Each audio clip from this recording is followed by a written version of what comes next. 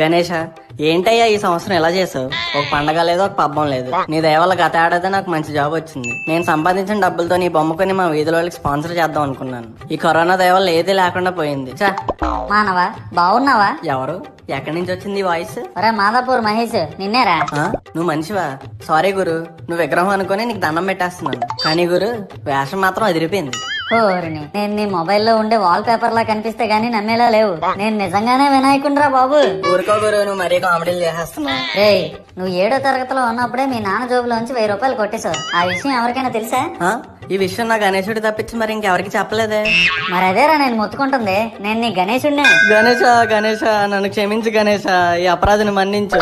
ఎదవా, నీకు తెలుగు చక్కగా రాదు, మళ్ళీ సంస్కృతం ఒకటి. ఏంటి గణేష, ఈ సంవత్సరం ఎలా చేసావు? నీ బర్త్డేని గ్రాండ్ గా చేద్దాం అనుకున్నాను. ఏడ్చేర్లే, మీ సెలబ్రేషన్స్ నాకు తెలియబేటి. చందా పేరు చెప్పి దందా చేస్తారు. పోనా దండిన డబ్బుల్ని ఏదైనా మంచి పని కోసం ఉపయోగిస్తారా అంటే అది లేదు.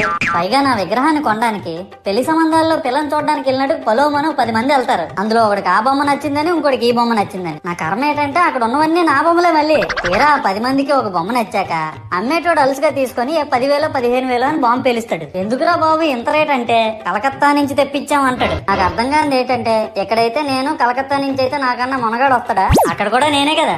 ఇలా నన్ను బజార్లో పెట్టి బేరం ఆడి నా మొహానికి ముసుగేసి వ్యాన్ ఎక్కిస్తారు. ఆ వ్యాన్ డ్రైవర్ గాడు నేనున్నానని కూడా చూడకుండా ఏదో ఆలోచించుకుంటూ డ్రైవ్ చేస్తా. గతకల్లో గబ్బి గుబ్బి మని తీసి నా కాల్లో చెయ్యి ఇరగొట్టేస్తాడు. ఈ విషయం చందాలు ఇచ్చిన చిన్నోళ్ళకి తెలిస్తే మళ్ళీ ఇరిగిపోయిన బొమ్మ పెట్టకూడదని ఏ